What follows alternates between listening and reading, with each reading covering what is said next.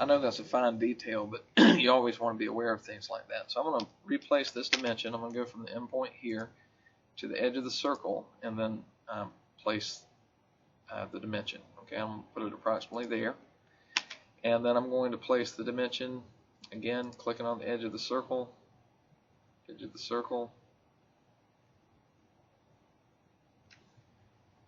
I can't get it to snap, so I'm going to type QUA for quadrant to make it look for a quadrant snap.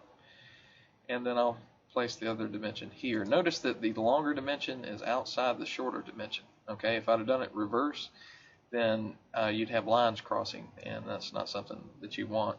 In fact, you generally you really don't want even leaders crossing extension lines, even though that is permissible, but you try to avoid it. Okay, but in this case, due to space constraints, I'm not going to be able to do that. So let's place this dimension. So DDI, enter, and again, center mark shows up that I don't want. So let me just do the override. And then I'll double click on the dimension and 2x space. And let's place some linear dimensions on the right side as they've shown in the book. And I'm going to place that there.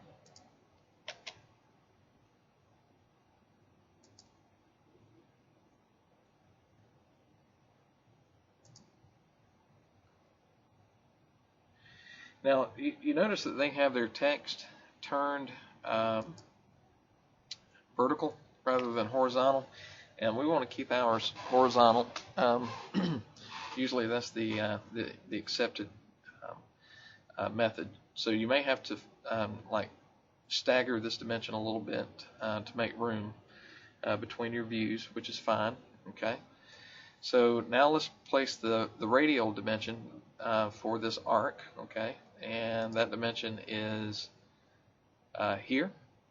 Okay, and I think you can also type DRA, enter, at the keyboard for the shortcut. So I'm going to click on the radius, and be careful not to let this overlap your other dimensions, nor do you want it laying on top of the object. Again, I have the center mark showing up, so let me turn that off. And just working our way around, there is a linear dimension that we need to place, so DLI, and we'll go from the center of the object here. I think in this case we will click here. Okay, so that, again, we don't want this to be obscured. Now this is actually given in 2 decimal places. So let me click on the dimension, right click, go to precision, and change that to 2.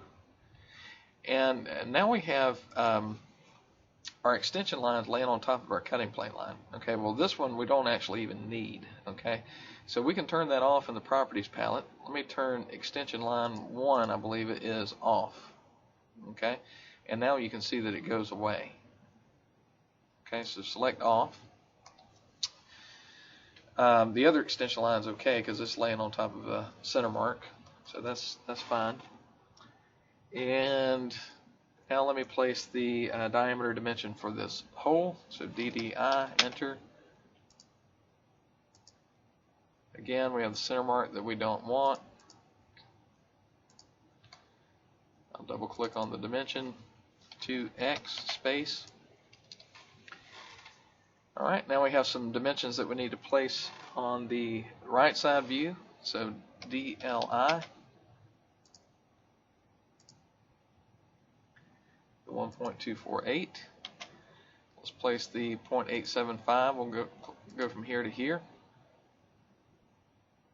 Get the now you'll notice again we have extension lines overlaying other lines. Okay, it's a little bit hard to see, but let's just go ahead and turn both of these off. Extension line 1 off, extension line 2 off. Okay, and now neither one of them are there. All right. So let's use DLI to apply the dimension between here and here. And it looks like if you get yours right in the center, it'll bring your arrowheads inside, which is preferable because it'll save space.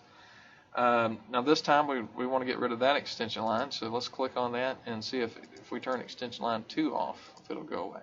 Okay, good.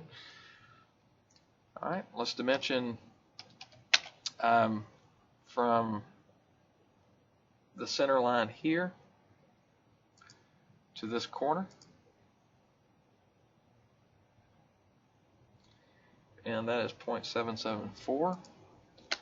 And then from this corner to this corner is 1.548.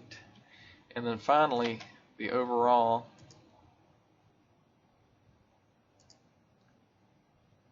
is 4.25. Notice how I've staggered these dimensions a little bit.